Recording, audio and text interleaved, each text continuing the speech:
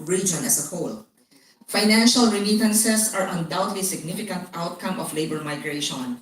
However, the heavy emphasis placed on the macroeconomic importance of remittances within migration and development discourse can come at the expense of a more balanced and migrant-focused understanding of labor migration outcomes.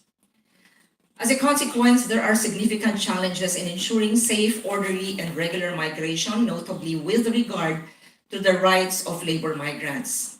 Aside from the policies of the government or governments of both the country of origin and country of destination of these labor migrants, a great part of the solution for the unfortunate plight of most of the migrant workers worldwide depends on the measures and safeguards that should be put in place in relation to the employers of these migrant workers. Can I have the next slide, please?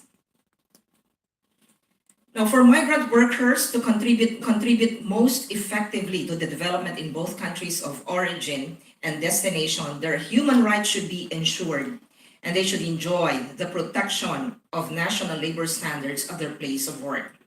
Employers of these labor migrants should be able to provide or facilitate effective access to grievance and other dispute resolution or resolution mechanism in cases of alleged abuses in the recruitment process. Second is to provide all workers, whatever their employment status, with the protection provided for in labor law and international labor standards that concerns recruitment. Third, ensure that the right to freedom of association and collective bargaining of recruited workers is respected in the recruitment process. Respect the rights and liberties of migrant workers, including the freedom to change employment or to return to their country of origin. That's the fourth one. Now, in the conversation involving labor migration in the ASEAN, it is imperative that we consult the employer practices and experiences in the region, as well as the rationale behind these practices that these situations command. Can I have the next slide, please? It is a norm that employers peg a minimum period of time that migrant workers should remain with their employer.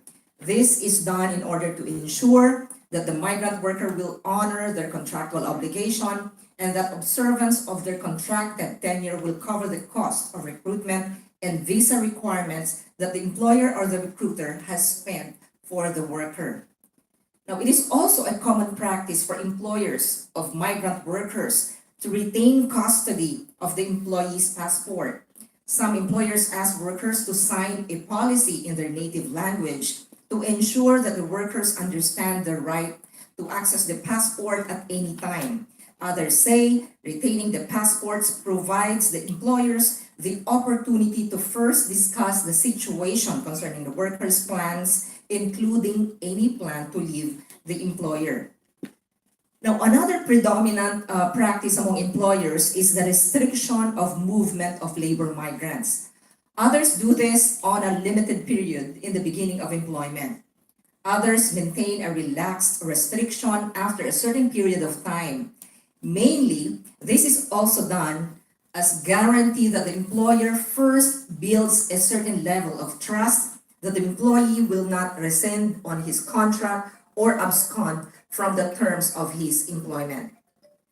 Now, amidst these predicaments on labor migration, it is reasonable to train our sight on the future and venture into solutions. Now, what then are the next steps for the ASEAN Confederation of Employers? Can I have the last slide, please?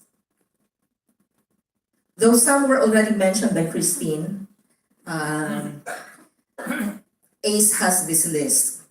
Number one, employers should develop joint strategies for effective prevention and abolition of forced labor and human trafficking. Second, employers should endeavor to engage workers' organizations to raise awareness of workers' rights and safe migration, provide channels to voice workers' grievances, and implement remediation mechanisms to victims of forced labor. Third is employers should actively engage in policy dialogues on labor migration at the regional level. Fourth, employers should raise awareness of recruitment policies on regulations across ASEAN countries through its meetings and seminars. And lastly, employers should provide a platform for best practice sharing member companies or sharing between member companies at the regional level and publicize these good practices to encourage other companies to do the same.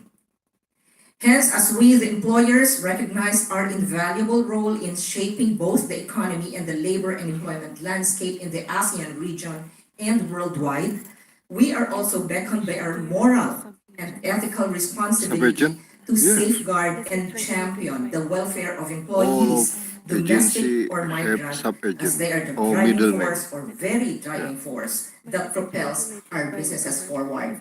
Maraming salamat po. Thank you very much. Mabuhay. No regulation, but in fact, a lot of middlemen in recruitment. Our presenter has discussed the trends in the remittance that countries are receiving. She has emphasized